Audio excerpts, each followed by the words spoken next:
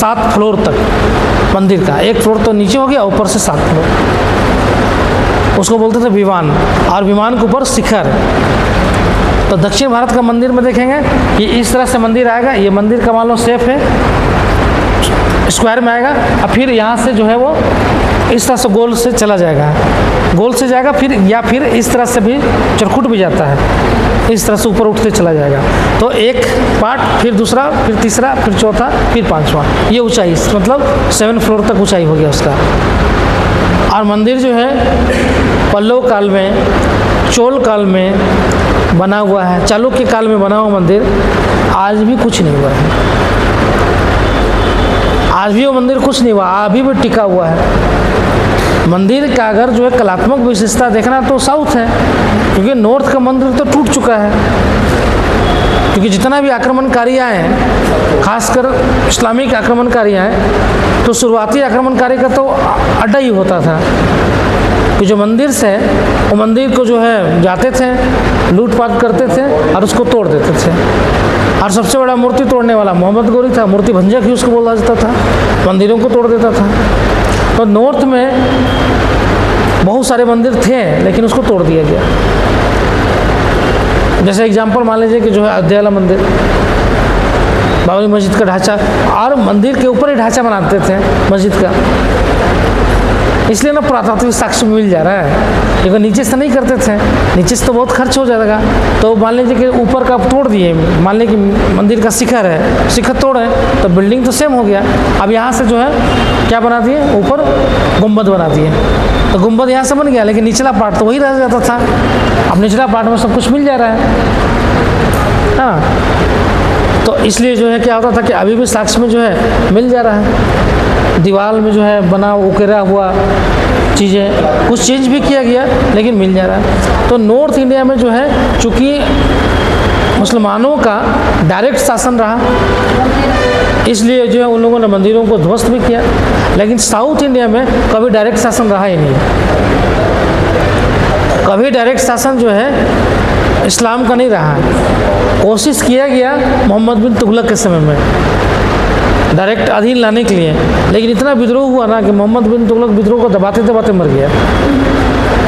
अलाउद्दीन खिलजी जैसा शासक भी दक्षिण भारत को कभी डायरेक्ट नियंत्रण में नहीं लिया था, बस इतना था, राजा आपको जैसे राज्य करना कीजिए, बस खाली आप अधीनता मान लीजिए, तो उसको कोई दिक्कत नहीं था।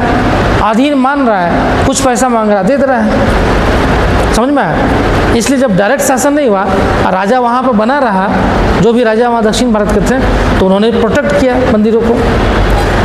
तो मंदिर वहाँ पर क्या, दक्षिण भारत का मंदिर नहीं टूट पाया, हाँ, दक्षिण भारत का मंदिर नहीं टूट पाया, लेकिन ये मंदिर टूट गया नॉर्थ भारत का।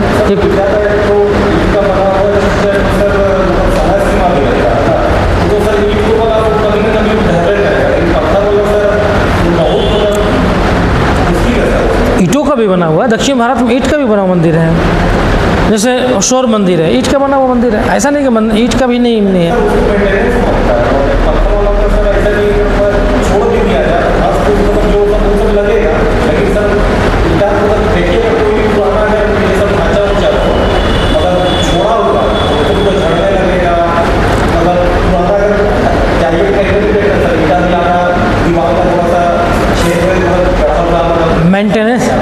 मेंटेनेंस के ऊपर है। आप मेंटेनेंस इंसान करने को करोगे तो बुढ़ा जाएगा तुरंत, तो घर है। और कोई जोर नहीं कि पत्थर का अगर घर है तो सही होगा, वो भी गिरता है ना। हर चीज़ का जो है एक अपना जो है काल होता है। जो बालू होता है, बालू मिट्टी बन जाता है, समझ में आया। जब बालू मिट्टी बनेगा तो अपने छोड़ना स्टार्ट कर देगा वो। बालू क्या होता है, बालू तो वही जो है कंकर को जो है काट काट के छोटे ढक्कन में बदल दिया जाता है, और वही कंकर जो है टूटते टूटते जो है मिट्टी का रूप धारण कर लेता है। पत्थर का जो है अवक्षेपण निक्षेपण होता है तब तो मिट्टी बनता है ना। हम लोग क्या बोलते हैं कि कौन सा मिट्टी है, किस चट्टान से मिट्टी बना, तो आग्नेय चट्टान से बना है। तो क्यों, वही आग्नेय चट्टान से कट कट को मिट्टी का निर्माण हो जाता है। तो बालू तो मिट्टी बनेगा ही एक न दिन, ठीक है। तो वो तो होना ही है ना। पहले का जो है वो जो है यूज किया जाता था वो अलग टेक्निक था, इसलिए जो है वो बचता था। तो दक्षिण भारत का मंदिर में देखेंगे तो लॉकिंग सिस्टम था, लॉक किया जाता था, मतलब एक पत्थर या ईंटा भी बड़ा बना हुआ तो एक दूसरे को पकड़ लेता था कि अगर उसका जो है, अगर जो जुड़ावट वाला जो पार्ट है वो अगर झड़ भी जाएगा तो लॉक बना हुआ है। एक पत्थर दूसरे पत्थर में रख रहे हैं, लॉक कर रहे हैं, तीसरा पत्थर रख रहे हैं, लॉक कर रहे हैं, मतलब वो पत्थर का शेप ही ऐसा होता था ना, एक दूसरे पर लॉक कर देता था। तो लॉकिंग सिस्टम वो हिलता नहीं है, पैक्ट हो जाता है वो। तो अगर मान लीजिए कि जो उसका जो गाढ़ा यूज किया गया है, उस गाढ़ा अगर कमज़ोर भी पड़ जाता है तो पत्थर तो लॉकिंग ना है, वो हिलता नहीं है। तो मंदिर जो है अभी भी जो है बचा हुआ है। और चूँकि जैसे मान लीजिए गाढ़ा उसका हीला खराब हुआ, फिर उसको मरम्मत कर दिए, जैसे अब गाढ़ा उसको लेप कर दोगे फिर वो नया हो जाएगा। कोई भी घर जो है, अभी अंग्रेज़ों का बनाया हुआ घर 200 साल से है, क्यों टिका हुआ है? क्यों?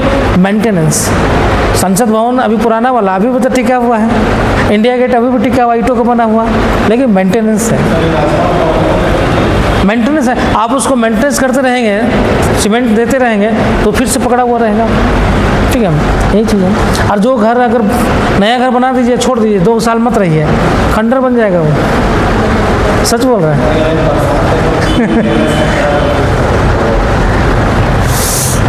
ठीक है।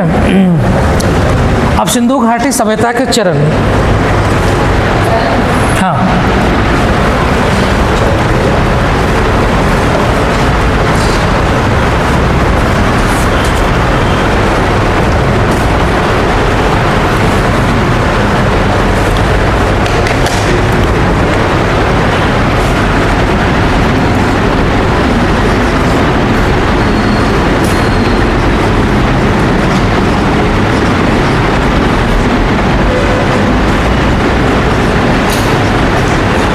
सिंधु घाटी सभ्यता के चरण।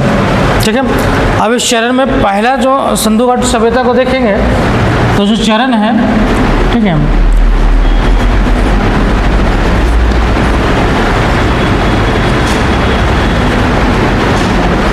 सभ्यता जो है 3 चरण में जो है बांटा गया है।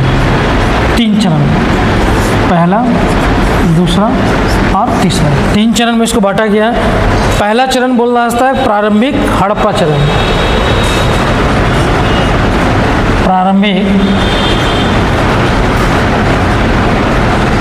हड़प्पा चरण। ठीक है, दूसरा चरण है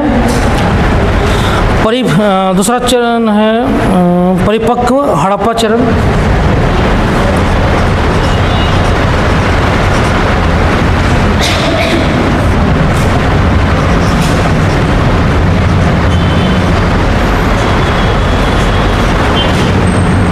ठीक है, और तीसरा है अंतिम हड़प्पा चरण।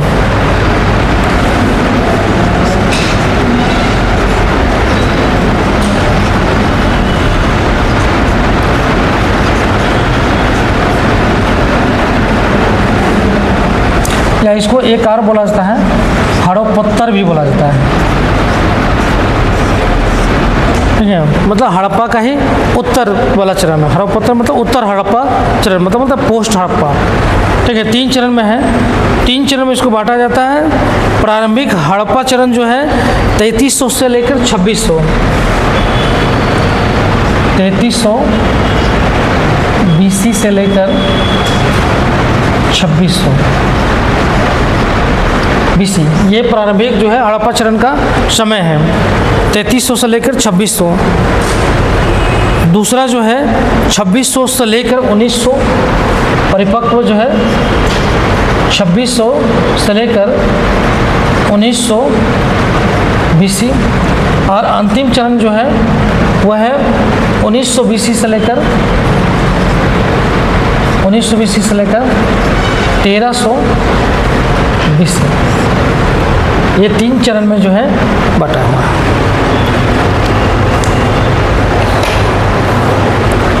ठीक है, प्रारंभिक चरण बोला जाता है कि यही वो चरण है जब ताम्र पाषाणी काल, ये चरण जो है प्रारंभिक जो है क्या है, ताम्र पाषाणी काल है, ठीक है। मतलब तांबे का जब प्रयोग लोग करने लगे थे, और यही चरण में जो है व्यापार वाणिज्य बढ़ा, और उसके बाद जो है यही डेवलप होते होते क्या हुआ, परिपक्व में चला गया, मतलब डेवलप में। यही परिपक्व चरण जो है जहाँ पर डेवलप हुआ, उसमें जो है बड़े बड़े शहरों का विकास हुआ, नगरीय सभ्यता का विकास हुआ। और फिर धीरे धीरे क्या हुआ, परिपक्व सभ्यता में जो है विभिन्न कारणों से, चाहे वो पारिस्थितिकीय तंत्र के कारण हो, भूकंप हो, बाढ़ के कारण हो, ये जो है जो नदी वाला जो क्षेत्र था, उन क्षेत्रों का जो है विनाश होना स्टार्ट हो गया। जब विनाश होना स्टार्ट हुआ तो फिर क्या हुआ, तो लोग वहाँ से माइग्रेट हो गए। तो बहुत सारे लोग माइग्रेट होकर क्या हो गए, हरियाणा वाला क्षेत्र, गुजरात वाला क्षेत्र में जो है चले गए, ठीक है। तो गुजरात वगैरह में सबसे ज़्यादा साइट्स मिला है, क्यों, क्योंकि जो है अधिकतर जो है लोग उधर माइग्रेट कर गए थे। तो ये जो है अंतिम चरण में क्या है, 1900 से 1300 ईस्वी बीच में जो है लोग, मेन जो जगह था हड़प्पा सिंधु सभ्यता का, उस जगह पे तो नहीं थे, लेकिन बाकी जगह में जो है मिलते हैं, ठीक है। और बाकी जगह में जो है 1300 ईसा पूर्व तक जो है वो मिलते हैं। और इन्हीं लोगों के साथ जो है आर्यों का बीच में जो है संबंध बना होगा, लड़ाई भी हुआ होगा और मिले भी होंगे। बाद में आर्य और अनार्य का जो है क्या हुआ, सांस्कृतिकरण हो गया, ठीक है। बाद में आर्य और अनार्य का संस्कृतिकरण हो गया, तो फिर दोनों मिक्स हो गए, समझ में आया। तो बोला जाता है कि आर्य और अनार्य का सांस्कृतिकरण हो गया। जैसे मान लीजिए, जैसे आर्यों का, आर्य जो है क्या बोलते हैं, आर्यों को जो देवता थे विष्णु थे, है ना, विष्णु का जो है मिलता है वहाँ पे। लेकिन जो है हड़प्पा सभ्यता में जो है रुद्र जो है उनके देवता थे, है ना। रुद्र जो है मतलब जो है चूँकि पाशुपति का जो है मिलता है, मतलब शिव का जो है रूप वहाँ पे मिलता है, कहीं कहीं शिवलिंग का भी जो है कुछ आकार टाइप का मिला है। तो एक तरह से रुद्र का जो है ये था। तो उन लोगों ने बाद में जो है उसको बना दिया, दोनों को मिक्सअप देवता बना दिया गया, और जो है शिव और रुद्र जो है दोनों को एक कर दिया गया, समझ में, दोनों को एक कर दिया गया। तो उनका देवता इनका देवता दोनों मिक्सअप हो गया, और जो है एक नया देवता निकल के आ गए, ठीक है, जिसको हम बोलते हैं सांस्कृतिक जो है मिलन काल। इसीलिए जो है सब जो है शामिल हो गए किसमें, हिंदू धर्म में, ठीक है, सब शामिल हो गए हिंदू धर्म में। लेकिन जो है बाद में लगा कि भाई, तो हमला बाद में जब कर्मकांड इतना बढ़ गया, सिंपल सी बात है, तो शुरुआत में कोई दिक्कत नहीं था, जो मूल लोग थे वो भी इसमें शामिल हो गए, दोनों उस धर्म में शामिल हो गए। लेकिन जब इसमें कर्मकांड बहुत बढ़ने लगा, कर्मकांडी व्यवस्था बढ़ने लगा, तो इनको लगा कर ये तो फंस गए। इतना कर्मकांड, चूँकि कर्मकांड तो वही कर सकता था जिसका आर्थिक व्यवस्था मजबूत हो। दान, जजमान व्यवस्था, ब्राह्मणवाद जब बढ़ना लगा, तो भाई मेरे पास पैसा तभी तो हम ये कर सकते थे। तब तक हम जो है जजमान को हम जो है गाय दे दे, बाछी दे दे, धन दे दें, खाना खिला दें। अब मेरे पास है नहीं, तो हम तो धर्म से छूटे हो गए। ये हुआ कर्मकांड। कर्मकांड जब बढ़ने लगा तो सिंपल सी बात है कि फिर जो है उसमें से कुछ लोग टूटना स्टार्ट हुए। तो कुछ लोग टूटे तो जैन और बौद्ध धर्म को अपना लिए, और कुछ लोग जो है अपने आप को बोला जाता है कि जो है फिर से वापस अपने जो है प्राकृतिक वाला धर्म में चले गए कि नहीं सीधा एकदम कोई कर्मकांड नहीं, सीधा सपाट जो है चलना है। तो ये वाला होता है। तो कहीं कहीं प्रभाव मिल जाता है, कहीं कहीं फिर नहीं मिलता है। लेकिन चूंकि जो है सबको शामिल कर लिया गया उसी में, तो उसी में चल रहा है, ठीक है। चलिए, कल जो है आप लोग का काम है, कल सबको जो है कम से कम 10 पॉइंट्स जो है सिंधु घाटी सभ्यता के उत्पत्ति से संबंधित 10 पॉइंट जो है निकाल के आएंगे, समझ में। 10 पॉइंट शॉर्ट टाइप का आपका क्वेश्चन है। 10 पॉइंट आप लोग जो है ओरिजिन ऑफ हड़प्पा सभ्यता, ठीक है। हड़प्पा जो है सिविलाइजेशन का जो है आपको 10 पॉइंट और उसका ओरिजिन्स निकालना है, और आप देखेंगे उस पर आप क्या निकालते हैं, हम क्या निकालते हैं, ठीक है। दोनों निकाल के जो उसको बताएंगे।